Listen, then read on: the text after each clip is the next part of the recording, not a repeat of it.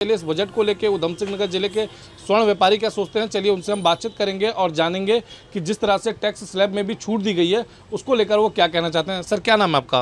राजेंद्र कुमार वर्मा। राजेंद्र जी, ये बताइए कि सरकार ने पहला आम बजट पेश किया है, किस तरह से देखते हैं इस बजट को? आप क्या कहना चाहेंगे बजट को लेकर आप?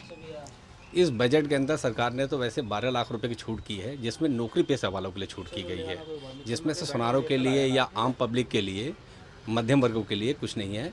लेकिन जैसे मान लीजिए टैक्स को लेकर के कहते हैं कि हाँ, तो ये बजट अच्छा है, मध्यम वर्ग वालों के लिए बजट बहुत अच्छा है ये। अच्छा, क्या टैक्स स्लैब में जो छूट दी गई है उससे आपके व्यापार पर किस तरह का असर देखने को मिल सकता है आने वाले समय में? टैक्स स्लैब को लेकर के बात करें तो हम ऐसा है कि जैसे मध्यम वर्ग वाला आदमी ही ज़्यादा सोने को खरीदता है। जैसे उसमें टैक्स स्लैब को छूट देने की वजह से मध्यम वर्ग वाला आदमी कहीं ना कहीं पैसे लगाएगा, तो ये पैसा वो गोल्ड में लगाएगा, क्योंकि गोल्ड को रुझान वैसे लेडीज़ों का ज़्यादा रहता है। और जब पैसे की अर्निंग होगी, आदमी की बचत होगा, तो आदमी कहीं ना कहीं उसको लगाएगा। तो मैं समझता हूँ कि वो गोल्ड में ज़्यादा इन्वेस्ट करना अच्छा समझेगा। अच्छा, इस बजट में और क्या क्या चीज़ें जो आपको खास लगी इस बार? इस बजट के अंदर वैसे तो आम पब्लिक के लिए तो, मीडियम वर्ग वाले के लिए तो ठीक है, लेकिन जैसे अब कहा जाए कि हमारे लिए, अब कुछ सुनारों के लिए तो कुछ सोचा नहीं गया है। जैसे अब सुनारों को ये सोचा जाए, जैसे GST 3% थी, इसको कुछ कम कर देते, यदि 1.5% कर देते, तो इसमें क्या था कि लोग बहुत अच्छा इन्वेस्ट कर। देखिए आदमी क्या होता है, जैसे कस्टमर का व्यू क्या होता है कि वो खरीदता है तो उसे सोचता है कल के समय हमें बेचना भी होता है। जब वो खरीदता है तो उसे पता चला कि पहले तो मान लीजिए 1% बैड टैक्स था, तो उस समय 25,000 रुपये का भाव था।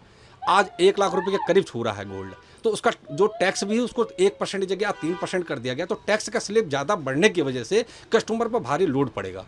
यदि टैक्स कम कर देता, गवर्नमेंट ने टैक्स के प्रति सोचते, टैक्स यदि कम कर देते, तो उसमें क्या है, गोल्ड के प्रति लोग ज़्यादा रुझान रखते। चलिए कुछ और व्यापारी हैं, उन व्यापारियों से भी बातचीत कर लेते हैं और जानेंगे कि ये जो बजट आया है इस बजट को लेकर वो क्या कहना चाहते हैं। क्या नाम है आपका? मेरा नाम प्रमोद रस्तोगी है। प्रमोद जी, ये बताइए कि जो पहला बजट आया है इस बजट को आप किस तरह से देखते हैं, क्या कहना चाहेंगे इस बजट को लेकर आप? एक तो इसमें यह है कि टैक्स स्लैब में चेंजेस किए गए हैं। जो सरकारी नौकरी वाले हैं उनको 12 लाख तक का टैक्स स्लैब में छूट दी गई है। और साथ में जो अभी तक TDS का वो होता था, 2.5 लाख तक की छूट होती थी, उससे बढ़ाकर हमारे 7 लाख तक की छूट की गई है TDS पे। और TCS में भी ऐसी छूट ज़्यादा की गई है। अच्छा, आपके व्यापार पर अगर बात की जाए तो इस जो टैक्स में जो छूट दी गई है उसमें किस तरह का असर देखने को मिलेगा? व्यापार में मध्यम वर्ग की लोग जो है या कोई भी सही है, उसमें महिलाएं तो गहने का यूज़ करती हैं। और जो मध्यम वर्गीय सरकारी नौकरी पेशा वाला है, वो अपना पैसे को इन्वेस्ट करने के बतौर उसको गोल्ड में इन्वेस्ट करना ज़्यादा। गोल्ड की लिक्विडिटी जो ऐसी एक आइटम है जिसको इन्वेस्ट करके अगर कभी उसको ज़रूरत भी पड़ती है तो सेल आउट कर सकता है, तो इसलिए इन्वेस्ट करना ज़्यादा बेटर समझता है। अच्छा, सरकार और क्या बदलाव करती है जिससे कि जो व्यापारी हैं, स्वर्ण व्यापारी हैं, उनको अधिक लाभ मिल पाता? सरकार इसमें एक तो टैक्स स्लैब इसके GST के रेट में कम होता, और इसके जो एक्साइज ड्यूटी है उसमें भी कम होता था। अच्छा, जिस तरह से कई आइटम हैं जिनके रेट कम किए गए हैं और आने वाले समय में उनकी जो कीमत है कम हो जाएगी, उसको आप किस तरह से देखते हैं? जैसे इलेक्ट्रिक व्हीकल्स हैं, इनके लिथियम्स के रेट सब्सिडी दी गई है इसमें सब, उससे इलेक्ट्रिक व्हीकल के रेट कम होंगे और आने वाले टाइम में इलेक्ट्रिक व्हीकल के रेट और कम होंगे। और सोलर ऊर्जा वाले पे इनमें भी सब्सिडी सरकार दे रही है और ज़्यादा इसमें सब्सिडी प्रदान करने की कोशिश की जा रही है। बजट ये पहले की अपेक्षा काफ़ी अच्छा हुआ है, खास करके किसानों के लिए। और क्या क्या खास लगा इसमें आपको? जैसे किसानों को 3 लाख से 5 लाख कर दिया गया है, और जो छूट दी गई टैक्स में 12 लाख तक दी गई है, उसमें सबसे ज़्यादा फ़ायदा मध्यम वर्ग को होगा गोल्ड खरीदने में। मतलब लोग इसमें इन्वेस्टमेंट ज़्यादा करेंगे पहले की अपेक्षा। कई दवाओं के रेटों में जो कस्टम ड्यूटी लगती थी दवाओं पे, उसको हटा दिया गया है, उसको आप किस तरह से देखते हैं? वो बहुत अच्छी पहल की सरकार ने। दवाओं के रेट तो वैसे कम होने ही चाहिए, सरकार का बहुत अच्छा कदम इसके प्रति।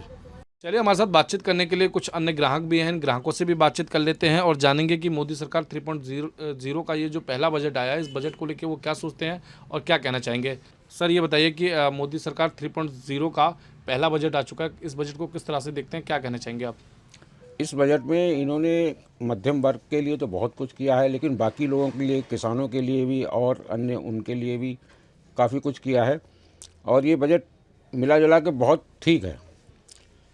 अब मेरा ये कहना था कि इसमें एक चीज़ जो है, जो EPS 95 था उसके जो रिटायर्ड पर्सनस हैं उनकी जो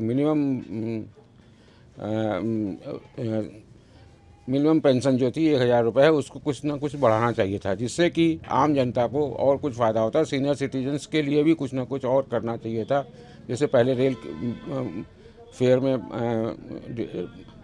वो मिलता था डिस्काउंट वगैरह, वो सब जो है इनको फिर से जो है देना चाहिए, क्योंकि सीनियर सिटीजन अब बिल्कुल लोगों पे डिपेंड हो जाते हैं, अपने बच्चों पे या किसी पे। उसकी वजह से जो है उनको काफ़ी परेशानी होती है, लेकिन उनके लिए भी कुछ इनको सोचना चाहिए था।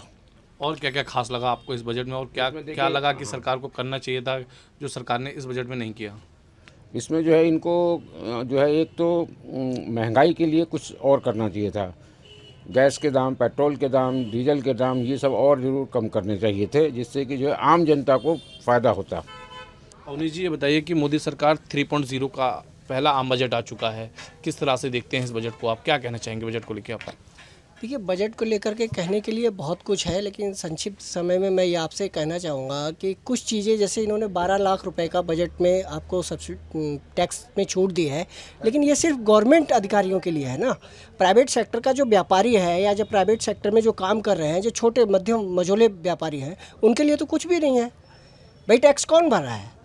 भाई जितना व्यापारी टैक्स देता है उतना गवर्नमेंट सर्वेंट थोड़ी देते हैं। सरकार ने ये कहा है कि जो ये टैक्स है ये सैलरी वालों के लिए है, ये सैलरी पे छूट है, ना कि सरकारी या प्राइवेट की बात नहीं करी है इसमें। ये तो सर, जो 1 लाख या 1.5 लाख रुपए महीने की सैलरी है वो प्राइवेट सेक्टर में ज़्यादा है, गवर्नमेंट सेक्टर में तो कम है। कहीं किसी का 80,000 है, किसी का 75,000 है, किसी का 60,000 है, सब काट पीट करके बेसिक आ जाता है, वो 70-80 है, तो उसमें उनका कोई फ़ायदा नहीं है।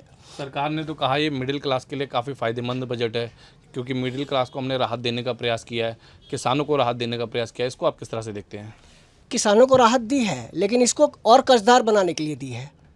ठीक है, 1 लाख या 1.5 लाख की जो आपको रकम दी जाती थी वो उनके फ़ायदे में आती थी। अब वो 5 लाख का खर्चा करेंगे तो ये उनके लिए नुकसानदेह भी है। आप उसको फ़ायदे की दृष्टि से देखते हैं, मुझे नहीं लगता कि ये फ़ायदा है। ठीक है, आप एक आदमी को 1 लाख का कर्जा जिसकी लेने की लिमिट थी, आज उसको 5 लाख रुपए का कर्ज लेने के लिए आप लिमिट दे रहे हैं, तो कर्जदार होगा। जब कर्जदार होगा तो और उसके जो सपोर्टर हैं, जो उनके नीचे के जो लोग हैं, जो साथी हैं, अगर उनका सपोर्ट नहीं करेंगे तो वो ज़मीन बिकेगी उसकी, तो किसान तो इसमें लाचार होगा ना, वो अच्छा नहीं है कुछ भी उसके लिए। सरकार को जो क्रेडिट रकम जो बढ़ाई है वो बढ़ानी नहीं चाहिए थी। नहीं बढ़ानी चाहिए थी, बिल्कुल भी नहीं बढ़ानी चाहिए। वो तो कर्जदार होगा ना, एक तरीके से आप उसे कर्जदार बना रहे हैं। हमें कर्जदार बनाया आपने छोटे व्यापारियों को, तो उनको टैक्स में कहाँ छूट मिली है? वो आपको हर तरीके से टैक्स दे रहा है। सरकार तो कह रही है स्टार्टअप को बढ़ाने के लिए हमने लगातार प्रयास कर रहे हैं, इस बजट में भी सरकार ने विशेष प्रावधान किए हैं, उसको आप किस तरह से देखते हैं? स्टार्टअप में जो दिया है उसकी योजनाएं प्राइवेट सेक्टर के पास हैं। ठीक है, प्राइवेट सेक्टर उनके भरपूर पैसा वसूल करता है, ठीक है, और उसको लोन मिलता है उस पर। स्टार्टअप पे वो बड़े उद्यमियों को दिया है ना, कहते हैं कि वो सिर्फ स्टार्टअप है, स्टार्टअप कुछ नहीं होता है। आपको जहाँ भी कौशल विकास योजनाओं का आप ऑफिस है, आप जाइए, मिलिए, उनके ऊपर प्रेशर होता है कि आपको इतने बंदे देने हैं, गवर्नमेंट से इतने पैसा आपको तब मिलेगा। वो कहाँ से जाएंगे? भाई मुझे उस चीज़ का फ़ायदा नज़र नहीं आता है। ड्राइविंग लाइसेंस वो आपको 15 दिन में, 1 महीने में बना के दे देंगे। क्या 1 महीने में ड्राइविंग आप सीख सकते हैं? नहीं सीख सकते ना। गवर्नमेंट ने योजना बनाई है, लेकिन उसको क्रियान्वित कैसे करना है, इन सब चीज़ों पर ध्यान नहीं दे रहे हैं। तो आपने सुना कि हमारे साथ बातचीत करने के लिए उधम सिंह नगर जिले के आम व्यापारी और आम लोग थे। इन्होंने हमसे खास बातचीत करते हुए कुछ लोगों ने बजट के पक्ष में बात करी, तो जबकि कुछ लोगों ने बजट पे कई तरह के प्रश्न भी उठाए। उनका कहना था कि सरकार को और भी सुधार करने चाहिए जो सरकार ने नहीं करे। इसके साथ ही कहीं ना कहीं लोगों में असंतोष इस बात को लेकर रहा कि जो 12 लाख रुपये का जो स्लैब है उसमें व्यापारियों को ऐड नहीं किया गया है, जिसको लेकर व्यापारी और कुछ कस्टमर में भी इस तरह की नाराजगी देखने को मिली है। उधम सिंह नगर से ABP लाइव के लिए वेद प्रकाश यादव की रिपोर्ट।